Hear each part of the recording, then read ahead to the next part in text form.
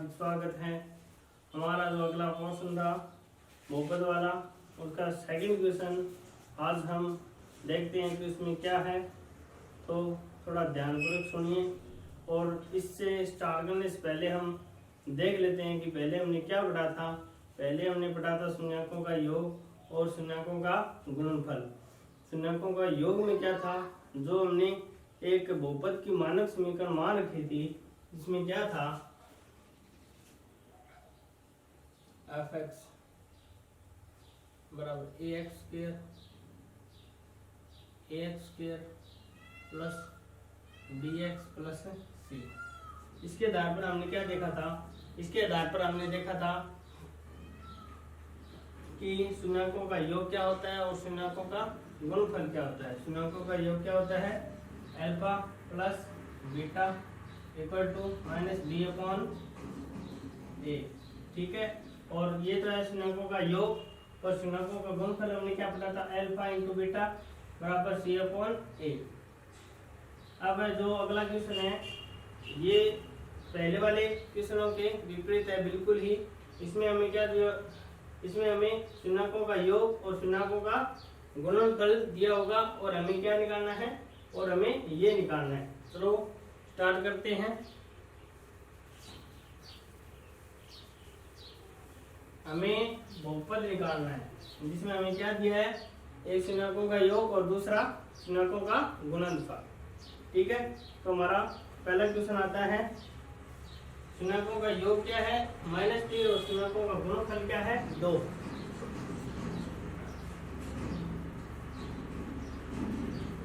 शून्यकों का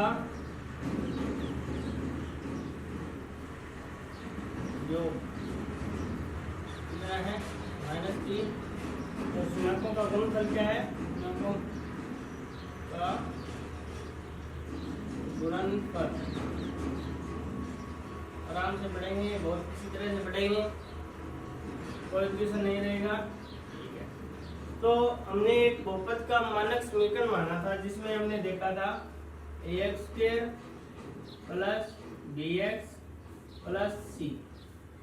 ठीक है, और हमें इसी आधार पर पढ़ना है, हमें किसका मान निकालना है, a का मान निकालना है और b का मान निकालना है और c का मान निकालना है। तो हम देखते हैं कि हमें शून्यकों का योग दिया हुआ था, उसमें क्या था अल्फा प्लस बीटा। ये है शून्यकों का योग जिसमें हमें क्या दिया था -b अपॉन a। अर्थात हम लिख सकते हैं -b upon a is equal to -3। ठीक है, अब शून्यकों का गुणनफल हमें क्या दिया था, शून्यकों का गुणनफल हमें दिया था अल्फा इंटू बीटा। इसका मान हमें क्या दिया था मानक समीकरण से c अपॉन a। ठीक है, तो हम ये भी लिख सकते हैं c upon a is equal to 2। ठीक है, तो अब हम इन दोनों समीकरण में क्या मानते हैं, या तो हम a बराबर k लिख सकते हैं या हम a बराबर 1 लिख सकते हैं। अगर आप a बराबर k रखते हो तो जो हमें लास्ट समीकरण प्राप्त होती है उसमें क्या कैंसिल करना पड़ेगा।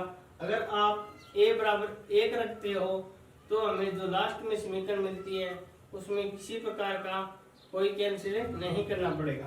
तो हम देखते हैं a बराबर 1 रखते हैं क्योंकि ये हमें लास्ट में कैंसिल करना पड़ेगा, इसलिए हम a बराबर 1 रखते हैं। ठीक है, अब देखो क्वेश्चन कैसे होता है। समीकरण इसको फर्स्ट मान लेते हैं, इसको सेकंड मान लेते हैं।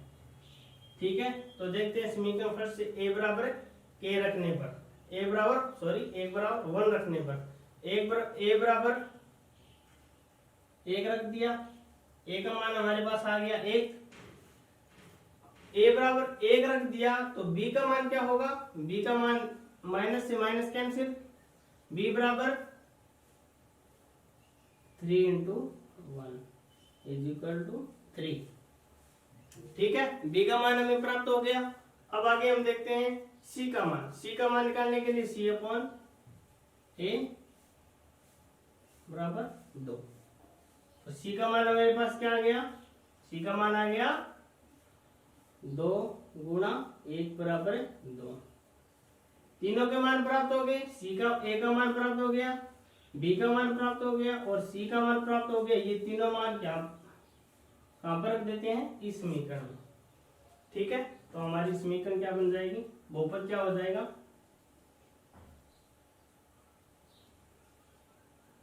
बहुपद हो जाएगा हमारा x² plus 3x plus 2।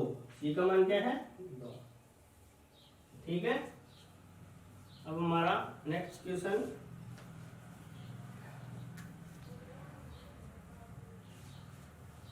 Next question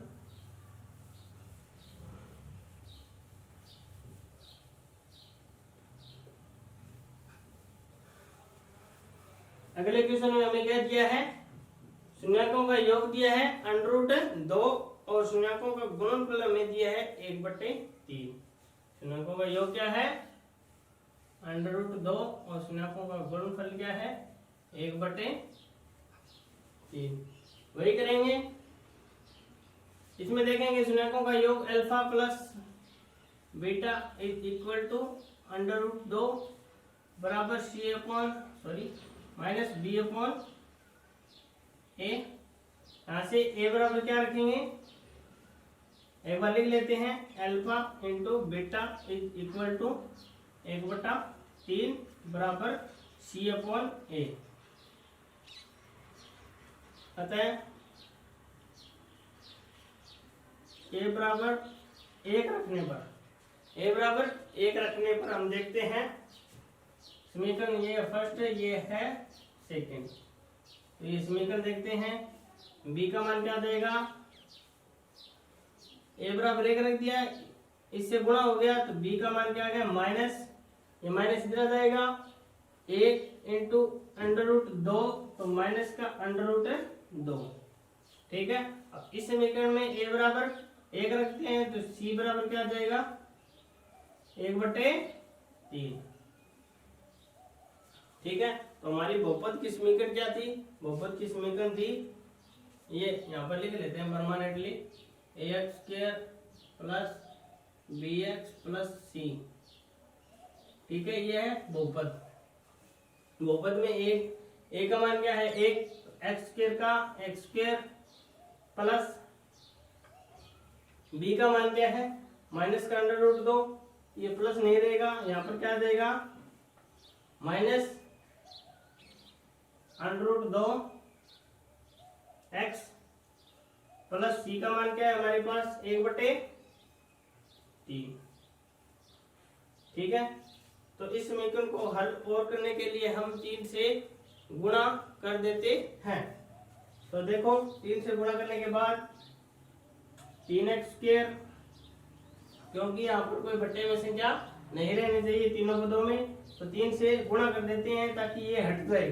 तो 3x² माइनस 3 √2x प्लस 1, ये क्या आ गया हमारा बहुपद आ गया, ये है बहुपद। ठीक है, अगला क्वेश्चन,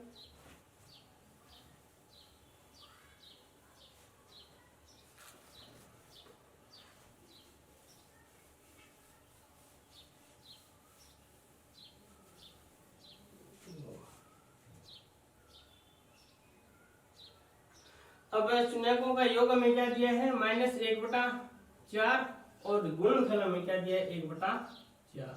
ठीक है, अब देखते हैं समीकरण, शून्यकों का योग क्या आता है, शून्यकों का योग आता है alpha plus beta is equal to minus b upon A बराबर माइनस का 1/4।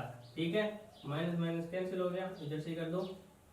और शून्यकों का गुणनफल क्या आता है अल्फा इंटू बीटा।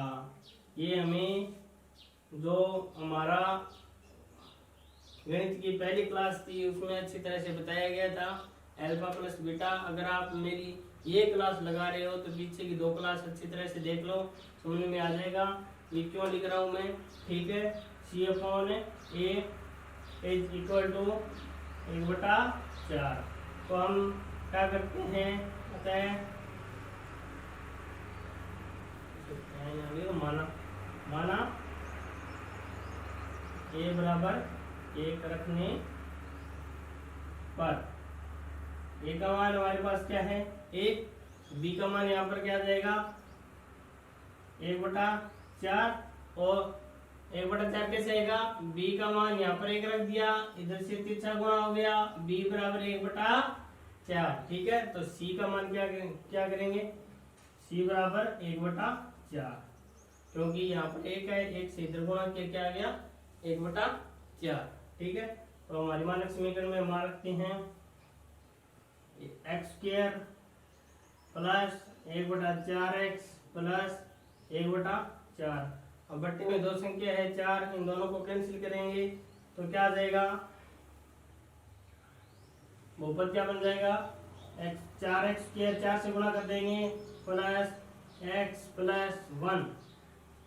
ठीक है, ये हमारा बहुपद प्राप्त हो गया। नेक्स्ट क्वेश्चन देखते हैं।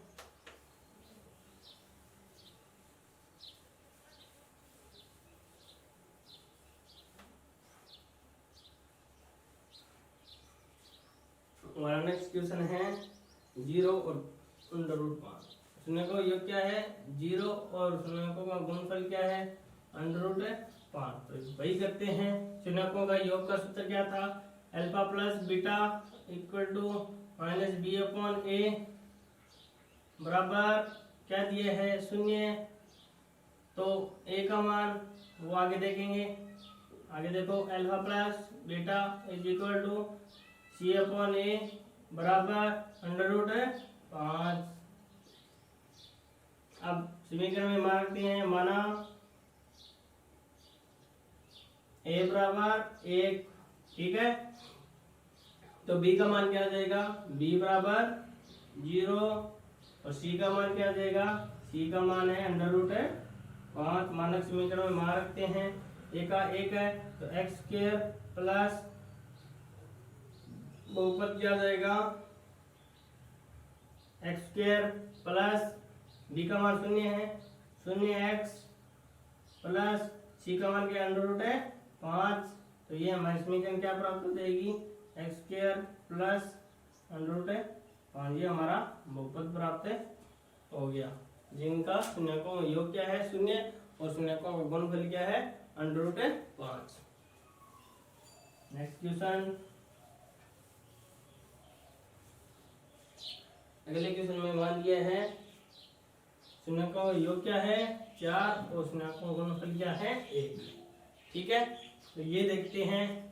शून्यकों का योग क्या है alpha plus beta is equal to -b/a बराबर 4। दूसरा अल्फा बीटा बराबर C/A बराबर 1। ठीक है, तो माना वही करते हैं, माना a बराबर 1 रखने पर तो b का मान क्या आ जाएगा, b का मान आ जाएगा माइनस इधर चला जाएगा, 1 से गुणा किया b बराबर -4, और c का मान क्या आ जाएगा, c का मान आ जाएगा C/a का मान यहाँ पर 1 था, तिरछा गुणा किया 1 का 1, c बराबर भी 1। ठीक है, ये कैसे कर रहा हूँ एक बार ध्यान से समझ लो। यहाँ पर एक बार ये रफ पा रही है ना, वो देखो कैसे किया मैंने, -b a का मान क्या है 1 हमने माना है, इन समीकरणों में रखेंगे। ठीक है, हर सेकंड में a बराबर 1 तो b/1 बराबर 4, तो -b बराबर 1 से गुणा किया 4, और ये माइनस का आगे आ गया। ठीक है, b का मान ये आ गया, और c का मान भी इसी तरह से C/A बराबर 1, तो a का मान क्या है 1, तो तिरछा गुणा किया c बराबर क्या आ गया 1। इस प्रकार हमने ये ज्ञात किए हैं b का मान और c के मान a बराबर 1 रखने पर। ये हमें प्राप्त हो गया मान। तो अब आगे देखते हैं बहुपद क्या बनेगा। बहुपद बनेगा a का मान 1 है तो एक्स स्क्वायर प्लस, सॉरी ये माइनस का है, यहाँ पर माइनस आ जाएगा, -4x, यहाँ पर 1 है प्लस 1। ठीक है, हमें बहुपद की समीकरण प्राप्त हो गई। ठीक है,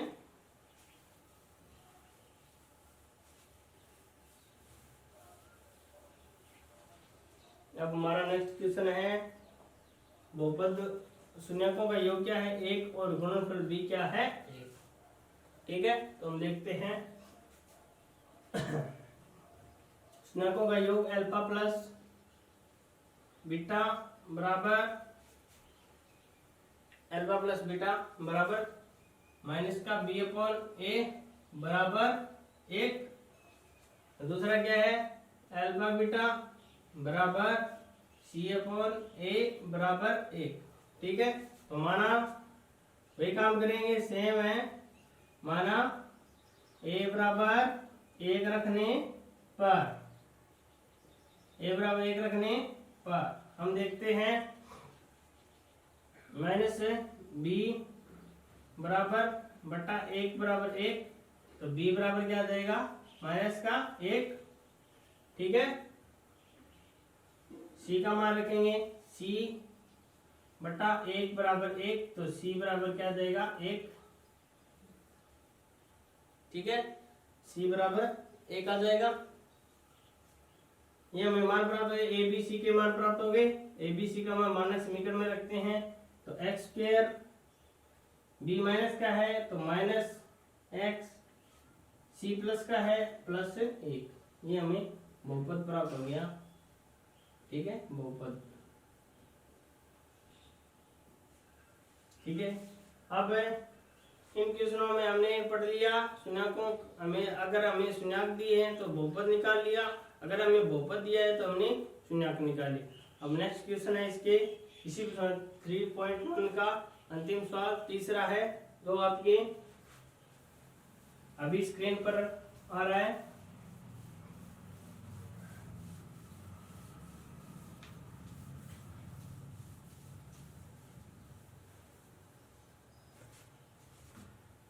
तीसरा सवाल अभी आपके स्क्रीन पर आ रहा है, उसमें देखो यदि द्विघात बहुपद fx बराबर क्या दिया है, बहुपद fx बराबर हमें दिया है x square minus 8x plus के, x square minus 8x plus के। ठीक है, हमें बहुपद दे दिया ये, और उनके बहुपद के शून्यकों के वर्गों का योग 40, तो के का मान ज्ञात करना है। अब हमें क्या दिया है, उसने हमें एक शर्त दे दी, शून्यकों के वर्गों का योग बराबर क्या दे दिया 40 है। अब देखो शून्यकों के वर्गों का योग, अब हमें ये देखना है कि इसमें शून्यक कितने हैं। तो हमने जो तीसरी प्रश्नावली प्रारंभ की थी उसमें पहले ये बताया गया था कि जो बहुपद की घात होती है, अधिकतम घात होती है, उतने ही उसमें शून्यक होते हैं। तो इसमें बहुपद की अंतिम घात कितनी है 2, तो शून्यक कितने होंगे 2। तो ये कह रहा है शून्यक हमने मान लिए, शून्यक है न क्या आगे अल्फा और बीटा। ये कह रहा है शून्यकों के वर्गों का योग हमें क्या दिया है 40। शून्यकों के वर्गों का योग हमें क्या दे दिया 40। ठीक है,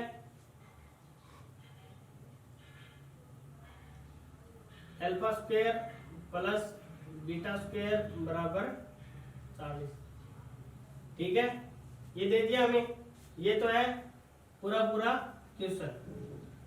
ठीक है, हमें क्या दे दिया alpha square plus beta square बराबर 40 शून्यकों के वर्गों का योग। अब हम ये क्वेश्चन करते हैं कैसे होगा। देखो अब हमें ये बहुपद दे दिया, बहुपद क्या है,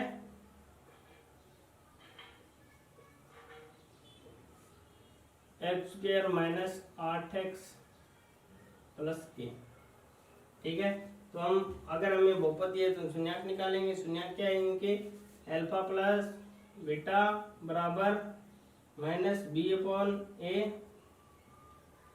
बी का मान क्या है, माइनस का 8, माइनस का 8, ए का मान क्या है 1। तो देखो इसमें क्या आ गया, शून्यकों का योग क्या आ गया, हमें कट गया। तो अल्फा प्लस बीटा बराबर क्या आ गया 8। ठीक है, अब शून्यकों का गुणनफल हमें क्या दे दिया, अल्फा इंटू बीटा बराबर सी अपॉन ए बराबर सी का मान क्या है के, ए का मान क्या है 1। तो हम ये भी लिख सकते हैं अल्फा बीटा बराबर के। ठीक है, अब ये मान ध्यान से रखना, अल्फा बीटा बराबर क्या है के, और अल्फा प्लस बीटा बराबर क्या है 8। तो ये समीकरण हम देख देते हैं, इसको 1 नंबर दे देते हैं, इसको 2 नंबर दे देते हैं। ये देखो, अगर हम इसको हम 2-3 तरीके से कर सकते हैं, जो आपको अच्छा लगे वो कर लेना। ये देखो पहले ये देखो ये तरीका, इसको हम वर्ग कर देते हैं, इसको हम वर्ग कर लेते हैं, इसका हम वर्ग करते हैं तो क्या होगा, दोनों समीकरण, इसको नीचे लिख लेना थोड़ा सा। ठीक है, क्वेश्चन आपको दिख रहा है, ठीक है, 1 मिनट रुको। यहाँ पर देखो समीकरण फर्स्ट का दोनों तरफ वर्ग करने पर